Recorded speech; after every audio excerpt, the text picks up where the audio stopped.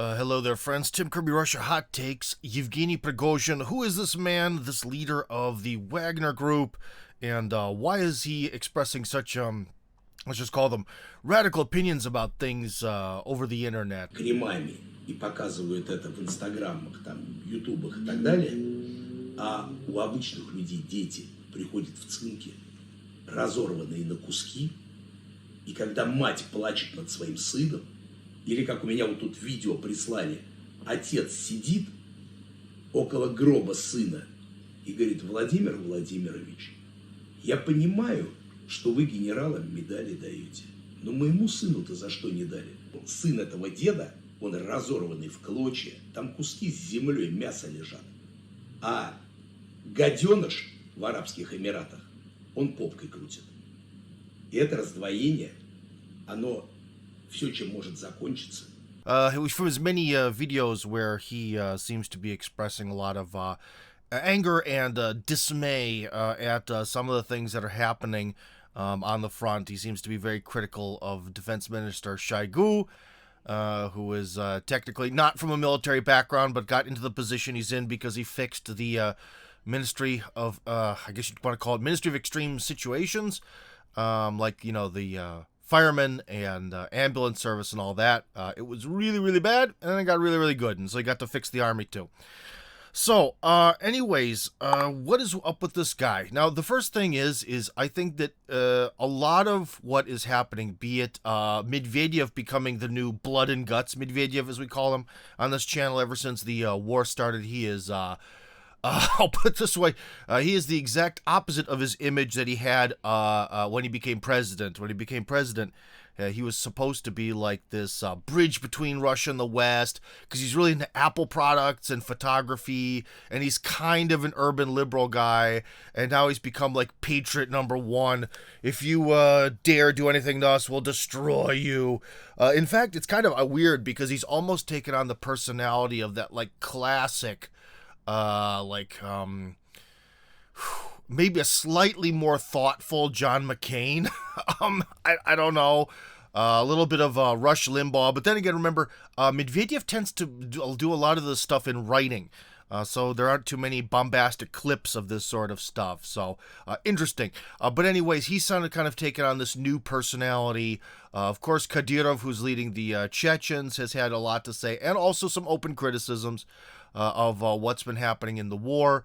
We have some people who are very critical of everything, like the, what's his name, Strelkov, who is sort of one of those heroes of the initial Donbass resistance, who has since become a interesting figure, let's just say, in Russian ideological circles. But anyway, so there's actually, within people who matter, or are at least interesting, or at least famous, one thing you have to understand is there's definitely been some criticism of the war, but I think when it comes to the people who are actually really in power, I think this is all sort of going to plan here. Because generally, you know, when you're at war, unfortunately, you have to, we don't have to, but it seems the best option is to kind of put this whole freedom of speech and open debate and discussion thing kind of gets put on hold until the war's over, and any sort of debates about what we're doing or if we're making a mistake need to be behind closed doors, because part of war is morale, and it is, you know, keeping the public, let's just say, in favor of the war or supportive of the war, or, you know, of course, participating in the war in terms of those who go off to fight this, that, and the other. So if there is any sort of exposed, let's just say, infighting, I don't think it's actual real infighting, especially because if there's one thing that Russia is actually kind of, because Russia always gets accused of all this, like, tyranny and crushing freedom of speech and stuff, and really, when you live here, you don't see it. You really don't. The whole, like, thing about if you say one bad thing about Putin, people come and get you. How about you try using Russian social media and look at how much bad things that people say about Putin every day, all day, every day. So it's not that. But one thing that Russia is very strict about is rabble-rousing and creating disunity within Russian society. Because if you go online and start saying, we need to exterminate this ethnic group that lives within Russia, that's the quickest way to getting thrown out of Russia or getting in a lot of legal trouble, okay? That is an option that is not on the table. So I think that this is an extension of that. We do not engage in rebel rousing. We do not engage in mass disunity making. So then why is Prigozhin doing what he's doing? You've probably heard from other people, if you've been interested in this Prigozhin topic, which in theory you are, if you asked me a bunch of questions about it, that he might be trying to build a political career after he's done. And I think there might be some truth to that. Because when Vladimir Jananovski, who was the famous, extremely outspoken leader of the LDPR party, which is a weird brand of sometimes we're far-right socially conservative, but then sometimes we're also kind of like libertarian, that party, when he died, it sort of created a little bit of a vacuum in Russian politics, because that gentleman always seemed to tell a lot of truth bombs, but he also kind of did them in a little bit of a clownish way. It's hard to kind of relay because you don't really sense that. But one thing that's, again, this thing that a stereotype that they put onto Russian people that isn't actually part of Russian culture is that Russian leaders are aggressive and they come out and they pound the table. I guess because Khrushchev pounded that one podium with a shoe one time at the UN in the 1960s, that's proof that they're all basically very Hitlerian in their like approach to things. But that's not really the case. I mean, if you look at like the way Putin gives speeches, look at the way Medvedev gave speeches when he was on top. Go back and find some footage of Yeltsin. Yeltsin was a lot more goofy, but he certainly wasn't exactly pounding his fist on the table, calling for blood. Same thing with Gorbachev, who's Gorbachev. I don't know.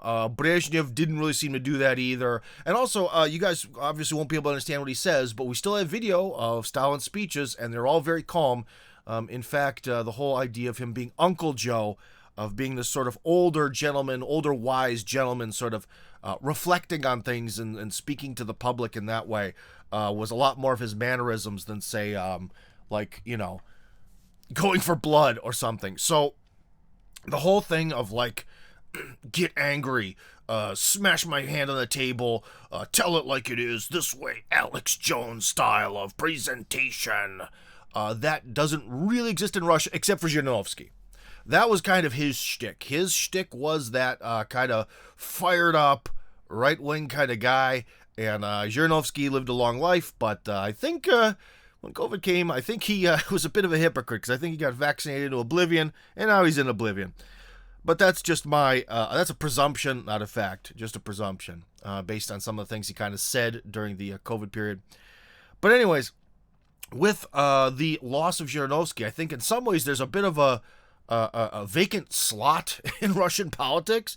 And with the way that Prigozhin sort of does things and runs things, and now that he's become a household name throughout the entire country, you know, his recognizability level at this point in Russia has to be like on par with Putin and Medvedev at this point. I mean, you know, it's sort of like the United States. It's kind of like, you know, does anyone not know who Donald Trump is at this point? I think Prigozhin is at like that level of being famous.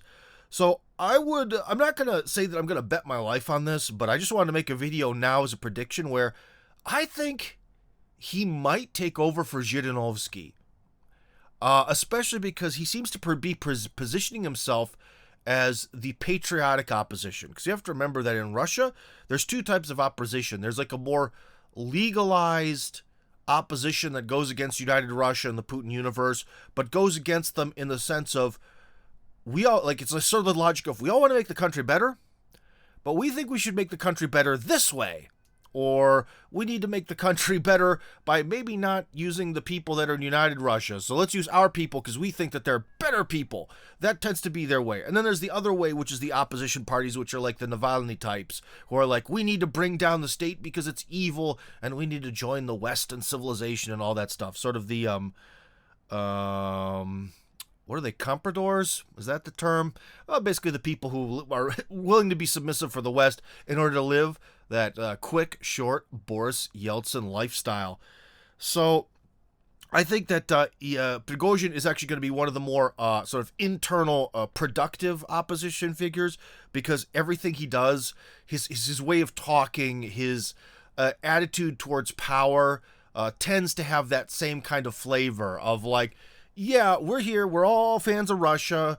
We overall we're liking what Putin's doing, but there's so many bad people around him. There's so many problems. These idiots can't get things done. Yada yada yada yada.